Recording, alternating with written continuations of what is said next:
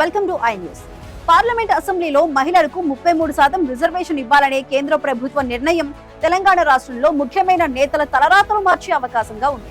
తెలంగాణ రాష్ట్రంలోని జిల్లాల వారీగా మహిళా ఓటర్లు ఎక్కువగా ఉన్న ప్రాంతాలను పరిశీలిస్తే ముఖ్యమంత్రి రేవంత్ రెడ్డి, ప్రతిపక్ష నాయకుడు కేసీఆర్, అసెంబ్లీ స్పీకర్ గడ్డం ప్రసాద్లకు మహిళా రిజర్వేషన్ గండం ఉండకపోవచ్చు. కానీ deputy CM Mallu Bhatti Vikramarka, BRS senior నాయకులు హరీష్ రావు, కేటీఆర్, బీజేపీ సీనియర్ నేత ఈటెల రాజేందర్ ప్రాతినిధ్యం వహిస్తున్న అసెంబ్లీ స్థానాలకు మహిళా రిజర్వేషన్ గండం పొంచి ఉంది.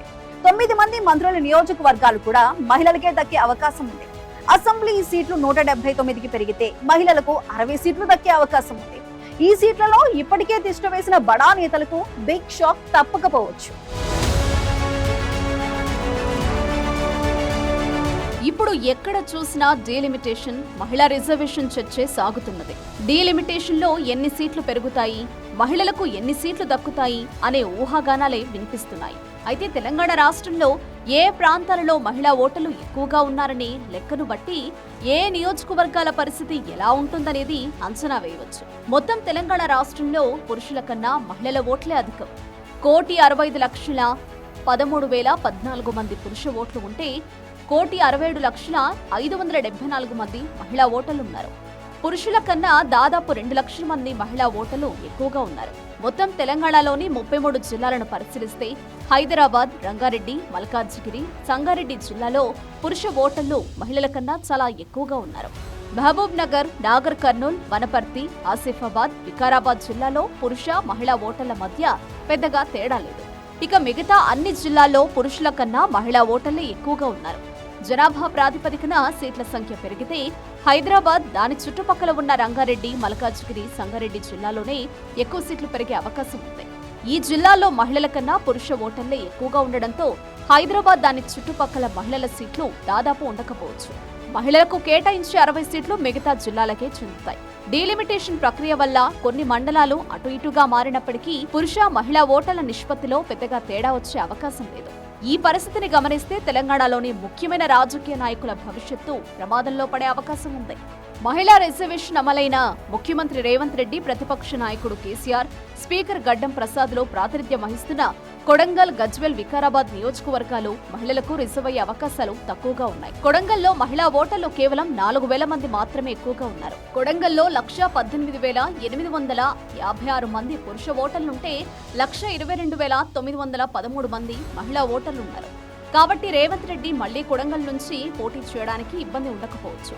ప్రతిపక్ష నాయకుడు కేసీఆర్ ప్రాతినిధ్యం వహిస్తున్న గజ్వెల్ నియోజకవర్గానికి కూడా మహిళా రిజర్వేషన్ వర్తింపకపోవచ్చు. ఇక్కడ మహిళల ఓట్లు కేవలం 4,000 ఎక్కువగా ఉన్నాయి.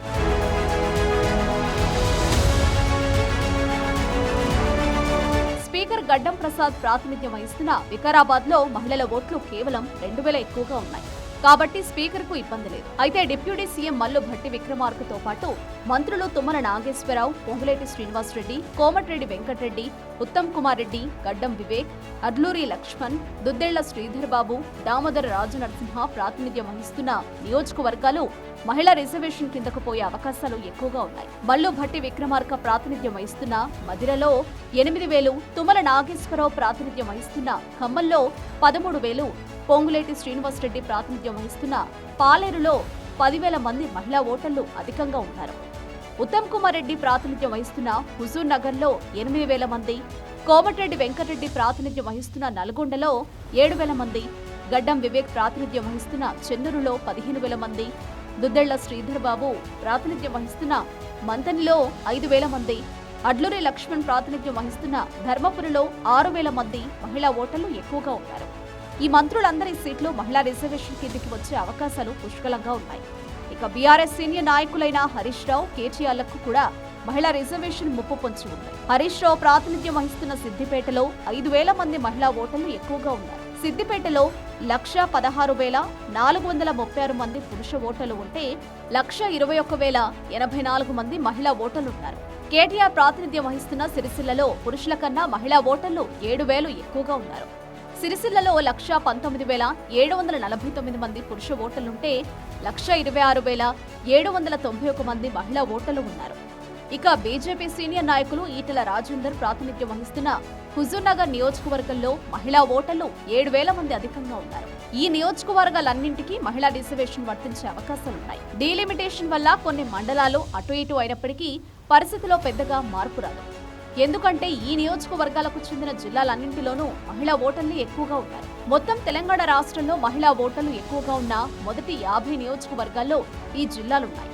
రాష్ట్రంలో మహిళా ఓటర్ల సంఖ్య ఆధారంగా రిజర్వేషన్ ఛాన్స్ పొందే నియోజకవర్గాలు ఎక్కువగా ఉమ్మడి ఖమ్మం, నల్గొండ, కరీంనగర్, వరంగల్, నిజామాబాద్, ఆదిలాబాద్, మెదక్ జిల్లాలకు చెందినవే ఉన్నాయి. ఉమ్మడి ఆదిలాబాద్లోని చెన్నూరులో 15,000, ఆదిలాబాద్లో 6,000, బోధ్లో 6,000, ఖానాపూర్లో 5,000, నిర్మల్లో 15,000, ముధోల్లో 5,000 ఓట్లు మహిళలకు అధికంగా ఉన్నాయి.